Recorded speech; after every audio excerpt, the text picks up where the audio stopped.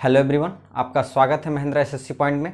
और हम लोग यूपी टेट 2019 के पेपर सॉल्व कर रहे थे, जिसमें तीसरा पार्ट है। अब हमें 21 से लेकर 30 तक 10 क्वेश्चन को सॉल्व करने हैं। आपके स्क्रीन पे दिख रहे होंगे क्वेश्चन, ठीक है। तो चलिए स्टार्ट करते हैं। हमारा नेक्स्ट क्वेश्चन है 21 पेपर के अकॉर्डिंग 1111। चलिए देखते हैं क्वेश्चन क्या कह रहा है। क्वेश्चन कह रहा है कि a plus B by C is equal to b plus C by A is equal to C plus A by B is equal to K. तो what is the value of K, मतलब के कितना होगा। ध्यान देंगे, इसका एक simple सा आंसर है। अगर आप इतनी सी बात को समझना चाहें, देख लीजिए ये कब संभव होगा। कह रहा है कि a plus B by C is equal to B plus C by A is equal to C plus A by B. ये कब संभव है, ये तीनों बराबर हों किसी भी डाटा के। ये एक्चुअली ये इसके बराबर है, ये इसके बराबर है, मतलब दो का योग और तीसरे से भाग किया जा रहा है। ये सिंपल देख रहे हैं, एकदम क्लियर दिख रहा होगा।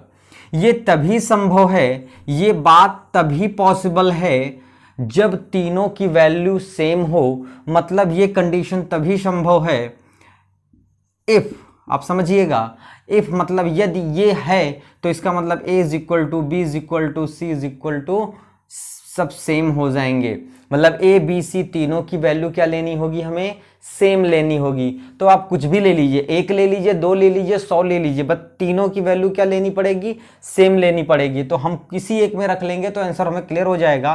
तो a प्लस बी बाई सी में अगर हम एक रख लें, दो रख लें, तीन रख लें, कुछ भी रख लें, लेकिन तीनों की वैल्यू क्या होनी चाहिए, सेम। तो हमने लिखा 2 plus 2 by 2 is equal to 4 by 2 is equal to 2। अगर किसी को भी हम सॉल्व करेंगे तो आंसर कितना आ जाएगा, 2। हम यहां भी रखेंगे 2 प्लस 2 बाई 2 तो 2। अगर हम 3 रख लेते हैं, 3 प्लस 3 बाई 3 तो 3 3 6 और 3, तो हमेशा इस कंडीशन में k की वैल्यू कितनी आ जाएगी, 2। तो यहां से k की वैल्यू कितनी क्लियर हो गई, 2। ठीक है, ध्यान रखेंगे कि अगर कभी भी ये कंडीशन हमें दिया हो तो आप जानिएगा, यदि ये कंडीशन दिया है तो a b c तीनों क्या होते हैं, आपस में बराबर होते हैं। ठीक है, तो इस हिसाब से k का कुछ भी रख लेंगे। अगर हम तीनों को कोई भी गिनती आप 50-50-50 मानिए तीनों को, a b c तीनों को, तो भी आंसर कितना आने वाला है, 2 आएगा। तो इस तरह k की वैल्यू कितनी आ गई, 2। चलिए नेक्स्ट क्वेश्चन। चलिए सर क्वेश्चन नंबर 22 या 112 पे चलते हैं। ठीक है, क्वेश्चन नंबर 20 कह रहा है कि निम्नलिखित में से किन्हीं 3 मापों को लेकर कुल कितने त्रिभुज बनाए जा सकते हैं, जबकि भुजाओं के माप हमको दिए गए हैं। देखिए कौन कौन से दिए हैं, एक तो 1.2 दिया है, एक कौन सा दिया है 4.2 दिया है, एक कौन सा दिया है 5.9 दिया है, और एक कौन सा दिया है 8.1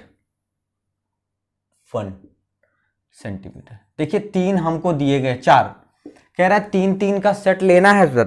देखिए अगर हम 3-3 का सेट लेना है, अब मैं आपको बताऊं त्रिभुज बनने का नियम क्या होता है।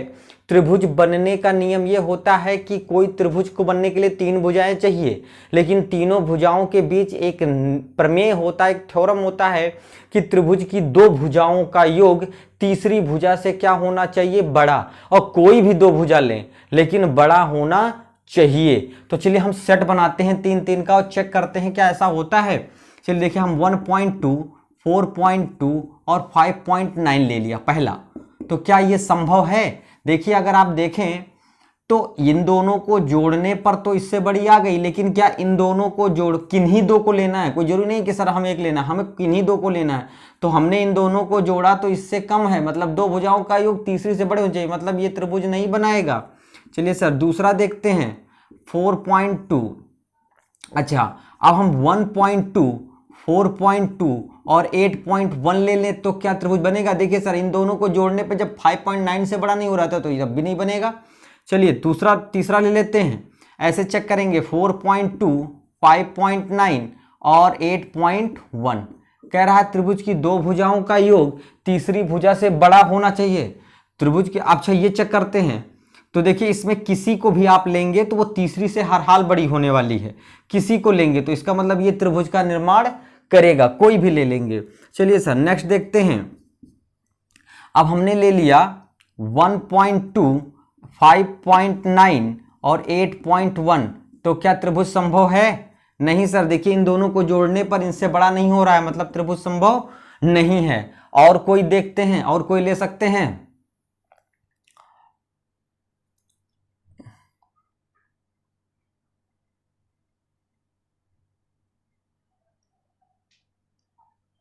और देखिए किसी को, हमें नहीं लगता कि और कोई लिया जा सकता है। ठीक है, और कोई तो छूट नहीं रहा है। तो कितने त्रिभुज का निर्माण हुआ? एक त्रिभुज का निर्माण हुआ। कितने त्रिभुज का निर्माण हुआ? एक त्रिभुज का निर्माण हुआ। तो त्रिभुजों की संख्या कितनी होगी? एक होगी।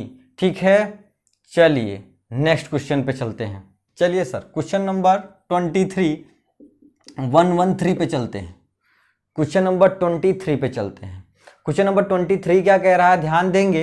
कह रहा है एक भिन्न का हर अंश के 2 गुने से 1 अधिक है। भिन्न, अच्छा आप भिन्न का मतलब आप समझ गए होंगे। अगर भिन्न कहा गया तो भिन्न मतलब होता है अंश बटा हर।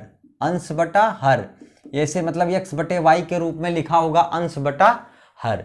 अब आप देखिए, ये होती है भिन्न, जो बटे के रूप में होती है। और दूसरी चीज y is not equal to 0 होना चाहिए। भिन्न होने का भी मतलब होता है नीचे 0 भी नहीं होना चाहिए। ठीक है सर, नहीं तो अनंत हो जाएगा। ठीक ठीक है, डिटरमाइन नहीं होगा। चलिए नेक्स्ट देखते हैं। अब इसी में क्या पढ़ना है, कह रहा है कि एक भिन्न का हर अंश के 2 गुने से 1 अधिक है। कह रहा है भिन्न का जो हर है, तो हर जो है वो अंश से, अंश के 2 गुने से 1 अधिक है। तो हम अंश को मान लेते हैं। हमने ले लिया अंश कितना है, x, तो हर कितना हो जाएगा, 2 गुने से 1 अधिक। हर जो है वो अंश के 2 गुने से 1 अधिक है। तो भिन्न क्या बन जाएगी, x अपान 2x प्लस 1। ये भिन्न बन गया, अंश बटे हर हो गया। अब कहा गया अंश में 2 जोड़ दें, हमने 2 जोड़ दिया। और कह रहा है कि हर में 3 घटा दें, घटा दिया। तो कह रहा है संख्या मुझे प्राप्त होती है 1। तो मूल भिन्न क्या होगा, बहुत सिंपल सा ध्यान रखेंगे। मूल भिन्न निकालना है। अगर x का मान निकल आए तो ये अंश निकल आएगा, हर निकल आएगा, और अंश बटे हर रख देंगे, मूल भिन्न हमारा क्लियर हो जाएगा। तो देखिए हो जाएगा x प्लस 2, और यहाँ घटा देखेंगे तो ये हो जाएगा 2x माइनस 2 बराबर 1। देखिए 1 और 3 में से माइनस होगा, 1 में से 3 माइनस होगा तो कितना बचेगा, -2 बचेगा। चलिए अब क्रॉस कर लेते हैं। 1 plus 2 is equal to 2x minus 2। इसको इधर गुणा कर लिया 1 से। अब हम क्या करेंगे, x को इधर ले जाएंगे, 2 को इधर लाएंगे। तो 2 इधर लाएंगे तो 2 और 2 4 हो जाएगा, और x इधर जाएगा तो माइनस में हो जाएगा। ये माइनस में था, इधर आया प्लस में हुआ, तो 2 2 4 हो गया। x उधर जाएगा तो 2x में से x घट जाएगा, तो कितना बचेगा, x। तो x बराबर कितना आ गया, 4। तो x के बराबर 4 आ गया। तो यहाँ से क्लियरली ये पता चल चुका है कि x का मान 4 है, और हर कितना हो जाएगा, 4 दूनी 8 और 1 9। क्लियर हुआ। हमने x का मान यहाँ रखेंगे तो 4 दूनी 8 और 1 9। तो भिन्न कितनी हो जाएगी भैया, भिन्न हो जाएगी हमारी 4 बटे 9 आंसर। ठीक है, कोई दिक्कत? चलिए नेक्स्ट क्वेश्चन। चलिए सर, क्वेश्चन नंबर 114 पे चलते हैं। क्या कह रहा है, बहुत ध्यान से देखिएगा। एक समीकरण लिखा है, तो सिंपल हल करना है, सरलीकरण है, हाफ से भी हो जाएगा।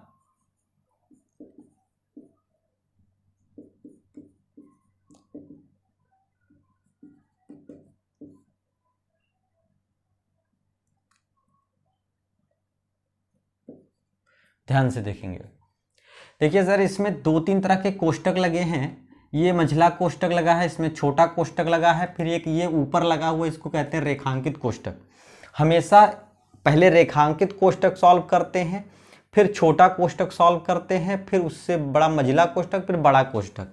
देखिए अगर हम रेखांकित कोष्टक सॉल्व करते हैं तो रेखा के नीचे अंदर जो भी है वही चिन्ह मानी जाएगी। अगर यही 3 के आगे माइनस लगा होता, 13 के आगे माइनस लगा होता, तो उस माइनस से इसका कोई रिलेशन नहीं था, क्योंकि इस लाइन के अंदर जो होंगे वही माने जाएंगे। ये अपने आप में भी एक कोष्टक है। तो आप देखिए, अगर हम 13 में से 7 घटा देंगे तो कितना बचने वाला है हमारा, 6। और 6 को भाग दे देंगे 24 से, तो 6 चौको 24। तो छोटे कोष्टक में इसको हमने घटाया और 24 से भाग दिया, तो घटाने पे 6 आया, और 6 चौको 24। तो बचा कितना सर, -8 ब्रैकेट में, प्लस यहाँ कितना बचा, 4। और छोटा कोष्टक अब गायब हो गया। बात समझ में आई? चलिए अब एक बात और ध्यान देंगे, -9, ये देखिए ये चीज़ ऐसे लिखी हुई, छोटा क्वेश्चन इसमें -8 + 4, तो -8 में 4 कितना हो जाएगा, ये हो जाएगा आपका -4, 4 ऋण में है तो घट जाएगा, प्लस माइनस का माइनस हो जाता है और बड़ी गिनती के आगे का चिन्ह लग जाता है। ठीक है, तो अब यहाँ बचा -9, अब फिर सेम वही -9 और ये माइनस माइनस का +4, तो कितना बच गया -5, ये आपका क्या हो गया, आंसर हो गया। बहुत सिंपल सा है, सरल करना है, आप खुद से भी करिएगा। ठीक है, चलिए नेक्स्ट क्वेश्चन, चलिए क्वेश्चन नंबर 25 चलते हैं, 115 पे बहुत ध्यान से पढ़ेंगे। कह रहा है कि यदि मासा, देखिए दो गिनतियां लिखी हुई, क्वेश्चन लिखने के तरीके थोड़े से हैं, उसके ये कहने का मतलब है ए और 8 का जो मासा है वो कितना है 4, और ए और 8 का जो लासा है वो कितना है 24। तो कह रहा है ए क्या है, तो इससे पूछने का मतलब ए क्या है, मतलब ए और 8 दो संख्याएं हैं, उनका मासा दिया है, और A8 वही संख्या है जिसका लासा दिया है, तो हमें वो संख्या पता करना है। अभी मैंने इसके पहले वीडियो में ही इसी में एक क्वेश्चन और आया था, क्वेश्चन नंबर 4 था, उसमें मैंने लिखवाया था कि दोनों संख्या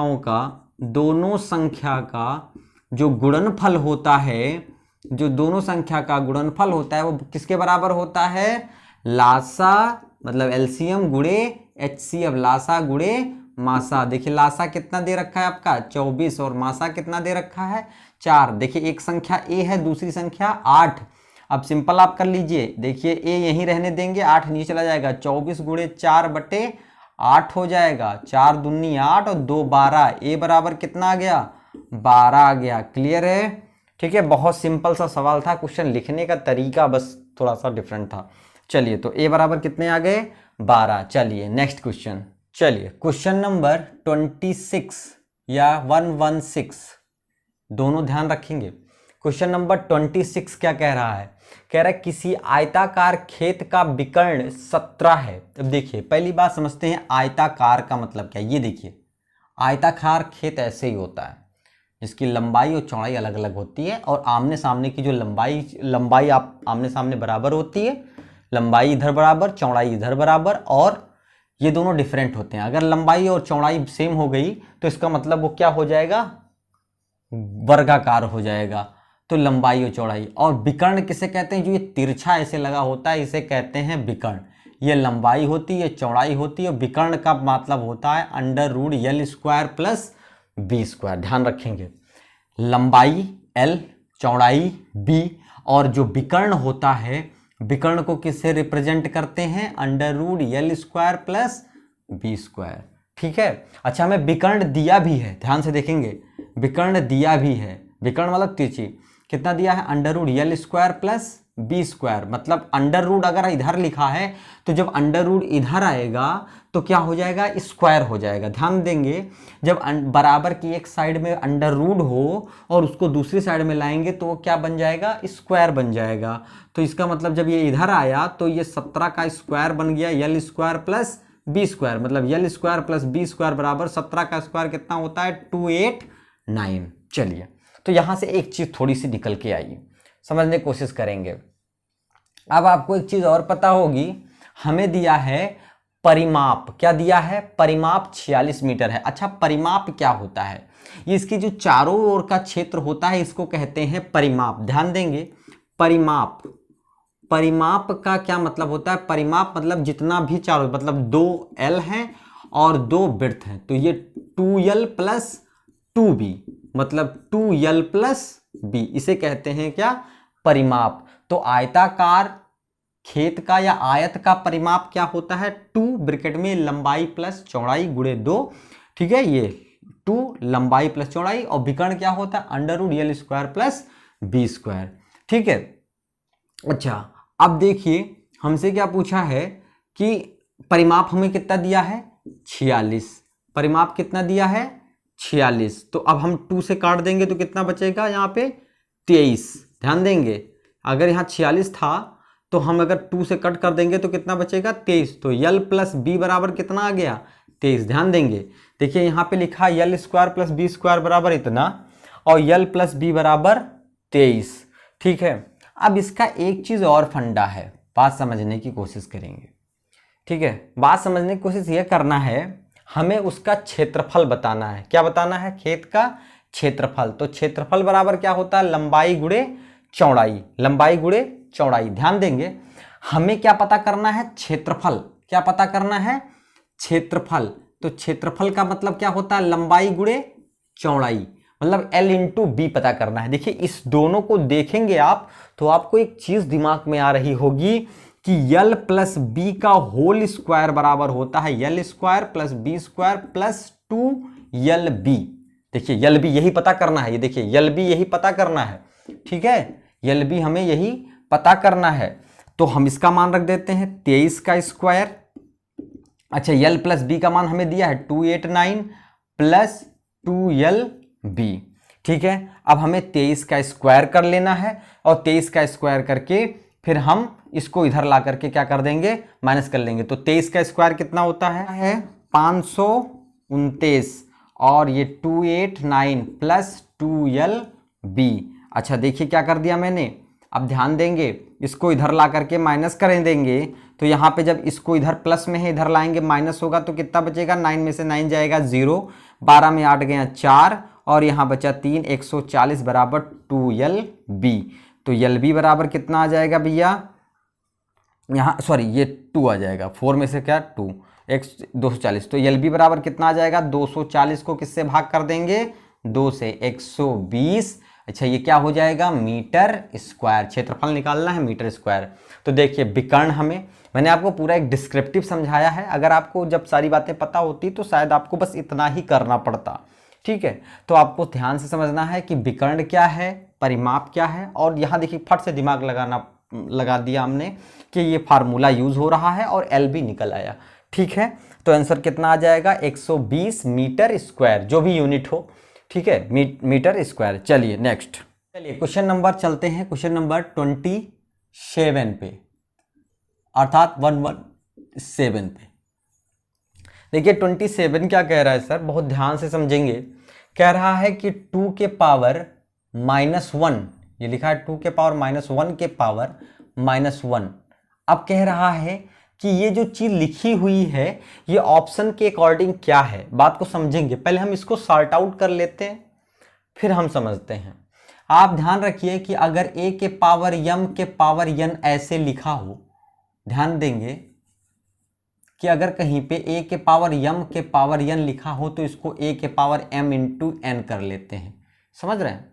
अगर कभी भी a के पावर m के पावर होल पावर n लिखा हो तो a के पावर क्या कर लेते हैं? mn। इन दोनों का क्या हो जाता है? मल्टीप्लाई हो जाता है। ठीक है, तो अब ध्यान से समझेंगे, मल्टीप्लाई हो गया तो इसका मतलब यहाँ 2 के पावर -1 मल्टीप्लाई बाई -1, तो 2 के पावर -1 का मल्टीप्लाई क्या हो जाएगा? +1। मतलब ये वैल्यू कितनी आ गई? 2। सिंपल है। अब इस 2 क्या है ये समझेंगे। पहली बात तो आप समझेंगे 2 सम संख्या है, 2 क्या है? सम संख्या है। दूसरी बात समझेंगे सम 2 अभाज्य संख्या है, ये सारी बात रखेंगे। तीसरी बात क्या है कि 2 जो है वो 2 का गुणक है, सम है तो 2 का गुणक है।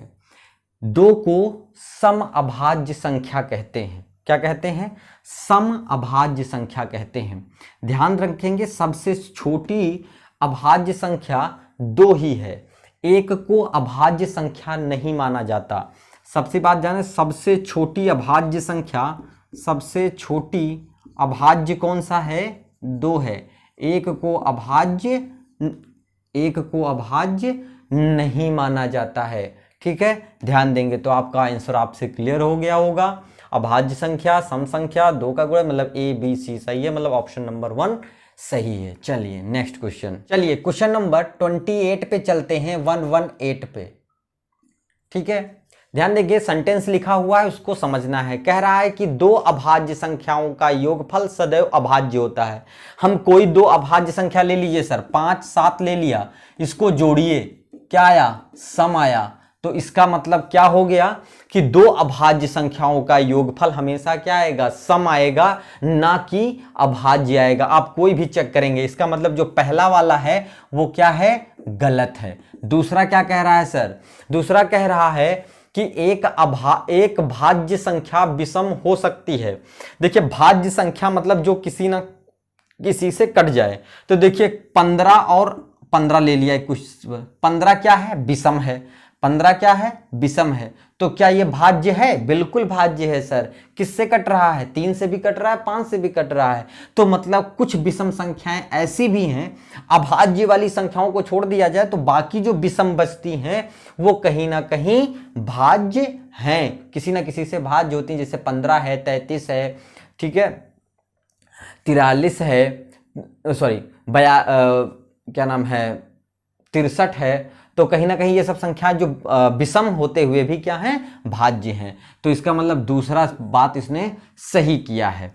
तीसरे पे चलते हैं सर। तीसरा क्या कह रहा है कि सबसे छोटी अभाज्य संख्या 1 है। अभी मैंने इसके पहले क्वेश्चन में बताया कि सबसे छोटी अभाज्य संख्या कौन होती है? 2। 1 को नहीं माना गया है। तो इसका मतलब ये भी ऑप्शन क्या है आपका? गलत है। चलिए क्वेश्चन नंबर 4 पे चलते हैं, सॉरी इसके ऑप्शन नंबर 4 पे चलते हैं कि कोई सम अभाज्य संख्या नहीं है। मतलब कोई भी जो जितने भी सम हैं वो अभाज्य नहीं है। गलत है सर। देखिए अभी मैंने बताया था 2 सम संख्या है और क्या अभाज्य है। सबसे छोटी सम अभाज्य संख्या है। तो इसका मतलब ये भी ऑप्शन आपका क्या हो गया? गलत हो गया। ठीक है, तो हमारा ऑप्शन नंबर 2 सही है। ठीक है, चलिए नेक्स्ट क्वेश्चन पे चलिए sir. Question number 29119 sir, question number 29119 पे चलते। देखिए सवाल को पढ़िएगा सर।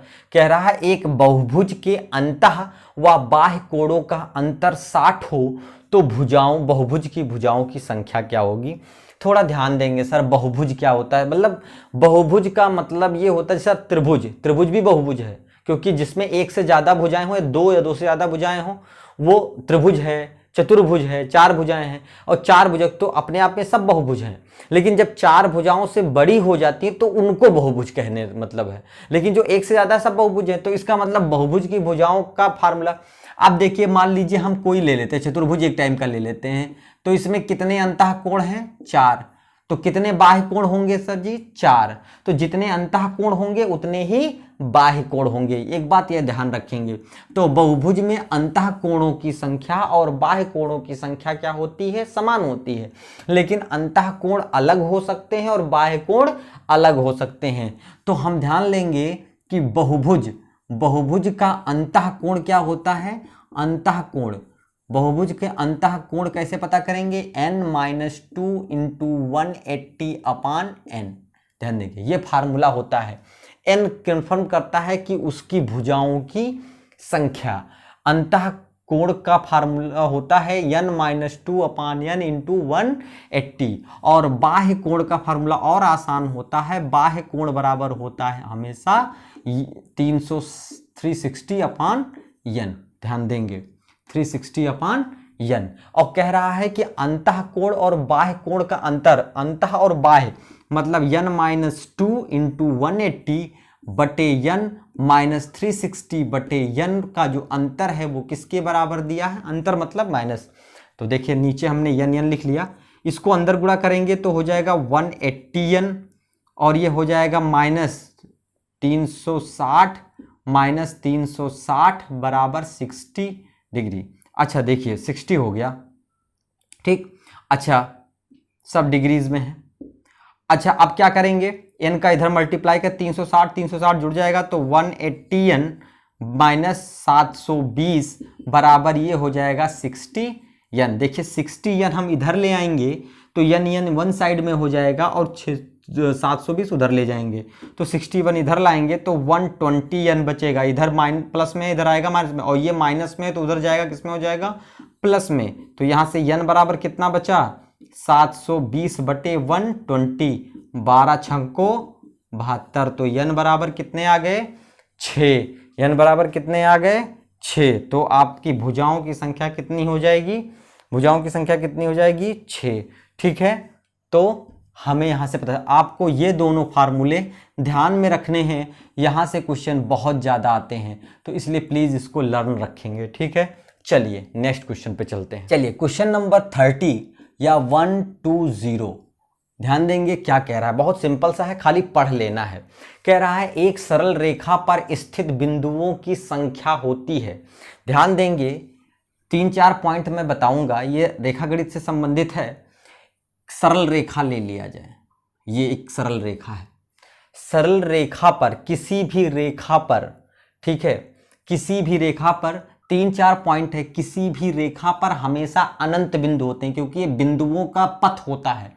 सरल रेखा जो होता है वो बिंदुओं का क्या होता है, पथ होता है, तो इसमें असंख्य बिंदु होते हैं।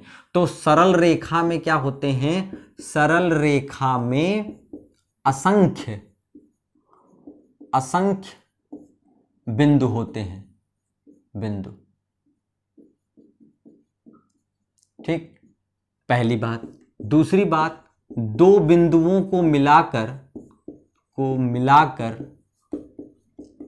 कितनी रेखा खींची जाती है, मिलाकर एक रेखा खींची जा सकती है, ठीक, दो बिंदुओं को मिलाकर एक रेखा खींची जाती है। तीसरा पॉइंट, एक बिंदु से कितनी रेखाएं गुजरती हैं, असंख्य रेखाएं गुजरती हैं, असंख्य रेखा गुजरती है, ठीक है। तो ये तीनों बात एक ही से कोलिडेंट है, ये तीनों बात को ध्यान रखेंगे, ठीक है। चलिए आज के लिए बस इतना ही, और आपको पता होगा ये सेशन कंप्लीट हो गया। अब हम 2018 के पेपर को सॉल्व करेंगे। अगर आपको अच्छा लग रहा है तो आप प्लीज़ हमसे बताएंगे, तो हम आगे का पेपर सॉल्व भी करेंगे, ठीक है। और ये सेशन ख़त्म हो रहा है मैथ का। अगर आपको कोई प्रॉब्लम हो तो आप कमेंट बॉक्स में बता सकते हैं, ठीक है। फिर अगले वीडियो में मिलेंगे। आज के लिए बस इतना ही। जय हिंद, जय भारत।